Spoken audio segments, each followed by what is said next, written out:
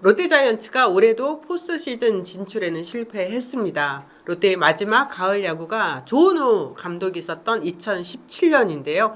6년 연속 포스트 시즌 진출에 실패한 팀은 롯데가 10개 구단 가운데 최장 기록입니다. 롯데도 올 시즌 초반만 해도 9연승을 달리면서 2012 시즌 이후 첫 단독 1위에 오르기도 했었죠.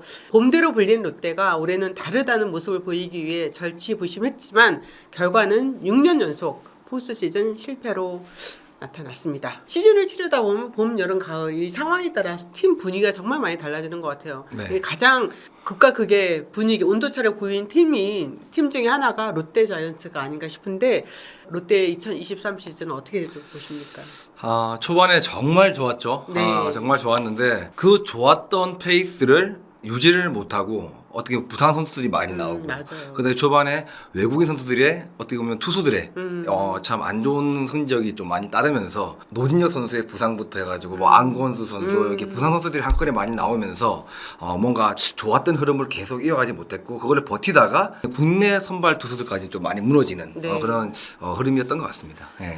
성민규 단장 체제 하에서 전력 보강에 다소 소홀했다가 올 시즌을 앞두고 롯데가 박세훈 선수와의 그 BFA 단연 계약을 포함해서 총액 260억 원을 사용을 했어요. 네. 어느 해보다도 롯데의 올 시즌에 대한 2023년에 대한 기대가 굉장히 컸었는데 전력 보강에 효과를 누리지 못하고 정규 시즌 7위로 주저앉았습니다. 시즌 초반 맹활약했던 선발진 정프로의 설명대로 특히 외국인 선수들의 부진 또 중심 타자 역할을 해야 했던 한동희 선수의 부진 안건수 노진혁 선수 주축 타자들의 부상이 시즌 중반에 터지면서 초반에 좋았던 성적을 유지하는 데 실패했습니다. 그런 가운데 감독의 사태와 코칭 스태프의 내홍도 겹치면서 팀 분위기가 아주 좋지 않았습니다.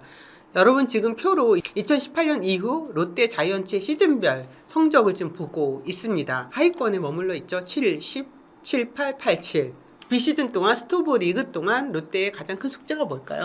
아무래도 올 시즌도 많은 훈련량으로 선수들이 기량을 많이 올렸다 그러면 그게 시즌 초반 한 전반기까지만 나왔던 게 아닌가 싶을 정도로 조금 아쉬웠던 것 같고 올해 뭐 부상으로 빠졌을 때 누군가를 대처할 수 있는 그런 선수들이 많이 나와줘야 되는데 그거를 메꿔줄 수 있는 선수가 좀 많이 부족하다는 느낌을 받아가지고 올 스토브 리그에는 뭔가 또 뎁스 강화에 좀 더 초점을 맞춰야 될 것 같습니다. 차기 감독에 대해서도 지금 이종훈 감독 대행으로 이끌고 있지만 분명히 올 시즌 끝나고 나서 뭔가 구단에서 움직여가지고 새로운 감독을 영입할 가능성이 굉장히 높은데 어떤 감독을 모셔오면서 이 롯데만의 그림을 잘 살릴 수 있는 궁합이 잘 맞는 감독을 모셔올지도 되게 궁금합니다. 네, 조원우 감독 이후에 양상문, 허문의 레리 서튼 감독에 이어서 벌써 이제 4번째 감독을 선택해야 되는 상황입니다.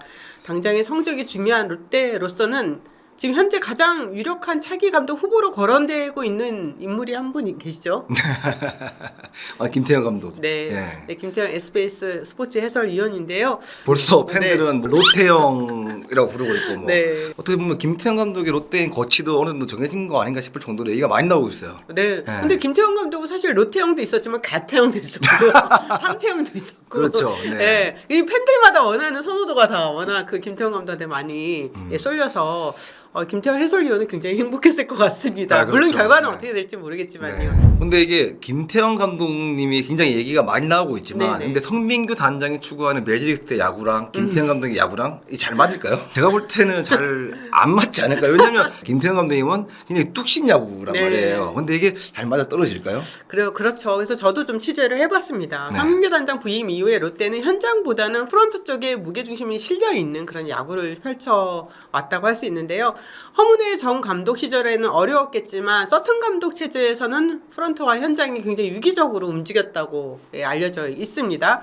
만약 김태형 감독이 롯데 차기 감독을 맡는다면 프런트 중심의 야구를 펼치기에는 어려움이 있을 겁니다. 그러다 보니 성민규 단장이 김태형 감독 영입에 부정적인 의견을 나타낸다. 김태형 감독 영입을 굉장히 부담스러워한다는 소문이 있었습니다. 하지만 사실이 아닙니다. 취재한 바에 의하면 성민규 단장과 김태형 해설위원과는 김태형 위원이 SK 배터리 코치를 했을 때부터 굉장히 돈독한 친분을 유지했다고 합니다. 두 사람이 어떤 계기로 친해졌는지는 잘 모르겠는데요. 당시 성민규 단장은 시카고컵스 스카우트를 하면서 MBC 스포츠 플러스에 해설도 했었잖아요. 메이저리그 해설을 했었기 때문에 어떤 친분이 있는지 저는 이것까지는 제가 취재가 안 됐습니다. 하지만 김태형 감독이 또 두산을 맡고 있을 때도 송민규 당시에 스카우트와도 굉장히 또 계속해서 인연이 이어져 있었고요. 송민규 단장이 김태형 감독을 차기 감독으로 밀고 있는 그런 상황일 수도 있겠네요. 네, 성 단장은 직접적으로 저한테는 노코멘트라고 이야기는 했는데 네. 또 제가 또 주변 취재를 한 바에 의하면 송민규 단장이 김태형 전 감독을 차기 감독 후보로 가장 강력히 밀고 있는 것으로 알려졌습니다. 현재 그 롯데 감독 후보군 차기 감독으로 이름이 거론되는 분들이 좀 많이 있죠. 뭐 김경문 감독님도 저 얘기 들어봤습니다. 들어갔고, 그다음에 뭐 박정태 선배도 얘기가 나오는 것 같고. 거론되는 분들은 거의 다 항상 거론되는 거죠. 그렇죠. 롯데가 이제 시즌 중반에 이제 성적이 떨어진 데에는 주축 선수들의 아까 말씀하신 그런 부상이나 부진도 있었겠지만 사실 코칭 스태프와 어떤 감독과의 관계에서 문제가 있었던 것도 있었던 것 같아요. 네, 그 롯데의 전력 외적인 부분이 영향을 미쳤던 게 분명한 사실이기 때문에 롯데 구단 입장에서는 카리스마 있는 뭔가 선수단을 확 휘어잡을 수 있는 그런 강력한 힘을 갖고 있는 지도자를 원할 겁니다. 성민규 단장도 그 부분에 있어서는 동의하고 있고 그렇기 때문에 가장 지금 거론되고 있는 후보군 중에서는 김태형 전 감독 아닙니까? 맞습니다. 네. 네. 네. 김태형 감독이 유력하다는 것도 하나의 근거가 있는 부분이 있습니다. 지금 현재 2군 총괄 코치로 있는 배영수 코치가 김태형 감독 밑에서 지도자 생활을 시작했잖아요. 네, 네, 네. 선수 생활 마지막 시즌을 두산에서 했고 또 김태형 감독이 코치로 이끌었기 때문에 거기에서 투수 코치를 하게 됐고 마지막 시즌에는 1군 코치까지 담당을 했었단 말이에요. 그렇죠. 그렇기 네. 때문에 누구보다 김태형 감독을 잘 알고 있고 김태형 감독과 배영수 코치의 관계는 굉장히 끈끈합니다.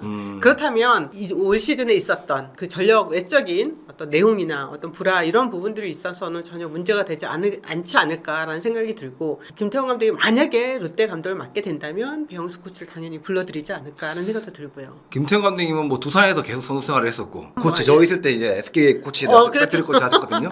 하시고 두산에서 감독 하시고 네. 거의 수도권 위주로만 계셨는데 엄청 멀리 가시는 거예요. 저 끝으로 저 끝으로 이렇게 맨 가시는데. 밑으로 가시는. 네. 네. 감독을 이미 오랫동안 경험을 하셨고 한국 시리즈 7번 진출했잖아요. 그런 네. 감독이기 때문에 해설위원으로서도 굉장히 잘 하고 계시지만 제가 김태형 감독이라면 다시 현장으로 돌아가고 싶은 마음이 100% 있을 것 같아요. 정부로는 어떻게 생각하세요? 저 역시도 네. 오랫동안 두산에서 감독을 하셨고 좋은 성적을 냈고 뭐 두산하고 이제 결별을 하면서 작년 시즌에는 뭔가가 끝나고 나서 타이밍이 안 좋았다 그러면 올해 뭔가에 뭐 해설을 하시면서 뭔가 또 새로운 뭔가 길을 찾아 헤매실 것 같은 그런 느낌도 듭니다. 네, 그리고 해설하면서 전체적인 큰 그림으로 야구를 봐왔기 때문에 네. 아마 더 좋아지는 더 나은 리더십을 발휘하지 않을까 하는 생각이 듭니다. 그러면 뭐 김태형 감독 설임과 관련해 가지고 또 외적인 변수는 또 있지 않을까요? 그렇죠. 예를 들면 성민규 단장이 김태형 감독을 밀고 있다라고 해서 또 롯데 그룹에서 선 단장의 의견대로 우리가 김태형 감독 선임하겠습니다. 이렇게 하지는 않을 거 아니에요. 그렇죠. 네. 그리고 어느 조직이나 반대 세력도 있습니다. 뭐 이게 롯데뿐만 아니고 저는 조직은 다 그렇다고 생각해요. 각자의 의견들이 있으니까. 모든 거가 그렇잖아요. 복수해서 우리가 선택을 하는 거지 한 사람 단독으로 선택하지는 않거든요. 무엇보다 또 감독이 추구하는 코치들의 뭐 티오라든지 뭐 맞아요. 이런 부분들도 뭐 구단에서 얼마 티오를 줄 수 있다 뭐 이런 부분들도 얘기가 많이 나올 수 있기 때문에 이걸 또 협상 과정에서 어떤 또 변수가 나올지 모르기 때문에 이건 끝까지 지켜봐야 될 것 같습니다. 네. 저는 이승엽 감독이 두산을 가는 이후부터는 이 소속팀 자팀 이거는 저는 이게 무너졌다는 생각이 듭니다. 네. 아니 자팀이 어디 있어요. 네. 뭔가 또 새로운 곳에 가서 또 새로운 뭐 야구에 본인이 가지고 있는 야구 리더십을 또 많이 또 해야 되기 때문에. 네. 롯데자이언츠 쪽에다가 제가 물어봤습니다. 그럼 언제쯤 이 선임이 이제 확정이 될 거냐라고 했더니 아직은 모른다라고 이야기를 했거든요. 오래 가지는 않을 것 같아요. 왜냐하면 내년 시즌을 준비해야 되기 때문에 이 감독 선임 문제를 오래 끌지는 않을 것 같습니다. 37년 만에 역사를 써낸 NC 다이노스의 외국인 투수 에릭 패디 얘기를 나눠보겠습니다. 단일 시즌 20승과 200탈삼진을 동시에 달성했던 게 1986년 해태 타이거즈, 기아 타이거즈 아닌 해태 타이거즈 선동열 전 감독 이후에 37년 만의 일이래요. 와, 대박입니다. 네, 정말 외국인 투수로는 최초의 기록이고 KBO 리그 전체를 통틀어도 역대 5번째 기록인데요.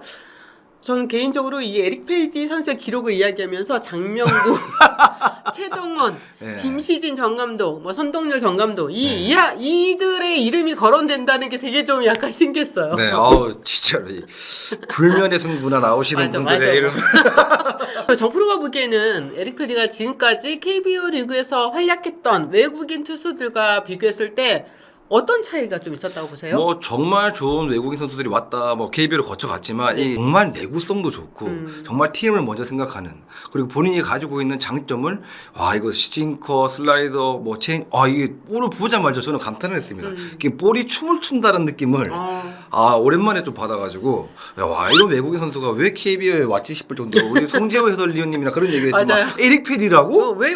왜 왔지 얘가? 할 정도로 몸이 아픈가? 정말 훌륭한 외국 선수인 것 같습니다. 에릭 패디 선수의 주가가 계속 상승할수록 지금 NC 다이노스는 속이 타들어갈 것 같은데 한간에는 지금 미국, 네. 일본 여러 가지 지금 패디를 노리고 있는 팀들이 많단 말이에요. 많죠, 네. 대충 어느 팀들이 좀 얘기가 많이 나오고 있어요? 먼저 이제 일본 프로야구 요미우리 자이언츠, 니폰엠 파이터스, 스포츠뱅크, 호크스, 오릭스, 버팔러스 등이 에릭 패디에 가장 많은 관심을 나타내고 있는 팀으로 알려졌습니다. 그 중에서 오릭스의 움직임이 심상치 않습니다. 오릭스는 올 시즌 에릭 패디를 보려고 서너 차례 구단 스카우트가 야구장을 방문한 걸로 알고 있습니다. 오릭스가 왜 패디 선수한테 관심을 나타내느냐 하면 올 시즌을 마치고 야마모토 요시노부, 그리고 또 지난 시즌 마치고 요시다 마사타카, 마사타카 선수가 보스턴과 계약하면서 5년에 9천만 달러. 그러니까 결국은 오릭스 입장에서는 보유 자금이 굉장히 좀 넉넉해지는 상황이죠. 그렇죠. 야마모토까지 가게 된다면 더더욱 더 그럴 거고요. 그렇기 때문에 에릭 패디한테 지금 가장 적극적으로 관심을 나타내고 있는 팀이 오릭스라는 얘기를 제가 좀 들었습니다. 메이저리그에서는 애리조나 다이아몬드백스, 샌디에고 파드리스, 또 세인트루이스 카디너스 등이 패디한테 관심을 나타내고 있는 것으로 알려졌습니다. 만약에 패디 선수가 애리조나에 입단하게 된다면 메릴 켈리 선수가 거기 있잖아요. 그렇죠. 지금 외국인 선수 상한액이 우리가 400만 불이고 재계약을 할 경우에는 10만 불씩 그렇지. 플러스 알파가 되잖아요. 그렇죠. 그럼 최대가 430만 불이에요. 네, 그렇죠. 그러면 NC 다이노스에서 에릭 패디한테 제안할 수 있는 건 단연 계약이고 당연히요. 2년 이상이 될 거 아니에요. 아무리 다 해서 다 땡겨도 한 선수한테 1년에 250만 불 주기는 어려워요. 이상을 주기는 어렵습니다. 어렵죠. 네. 그렇지 않나요? 네, 그렇죠. 맞아요. 네, 400만 불이니까. 그렇죠. 나머지 150만 불은 두 명의 선수 갖고 나눠야 된단 나눠가죠. 말이에요. 네. 그럴 경우에 지금 2년에 500만 불인데 네. 사실 이것도 엄청 큰 돈이죠. 엄청 큰 돈이죠. 엄청 큰 돈이에요. 네. 예, 그러니까 그런데도 만약에 메이저리그에서 그 이상의 몸값을 제한한다면 에릭 패디 선수로서는 NC를 사랑하면서도 어쩔 수 없는 선택이 아닐까 하는 생각이 들어요. 메이저리그도 메이저리그지만 오릭스에서 저 정도 이상은 훨씬 더 지급하지 않을까요? 그 정도로 이제 가치가 있고 인정을 한 투수기 때문에 500만 불 돈이 많대잖아요. 지금 모아놓은 게. 맞아요. 한국에서 NC 다이노스가 제안할 수 있는 그거보다 훨씬 더 많은 금액으로 패디 선수한테 제안은 분명히 들어갈 것 같습니다. 제가 또 취재한 바에 의하면 에릭 패디 선수 입장에서는 당연히 한국에 있다가 미국을 간 그 선수의 사례를 볼 수밖에 없잖아요. 근데 그 사례를 볼 수 있지만 KBO 오기 전에 벌써 워싱턴에서 5승관을 뛰다 온 선수고 네. 잠깐 1년을 피웠기 때문에 켈리 선수와 이 플렉센 뭐 이렇게 리턴하는 선수와 좀 느낌은 좀 틀릴 것 같습니다. 네, 또 느낌은 틀릴 것 같습니다. 네.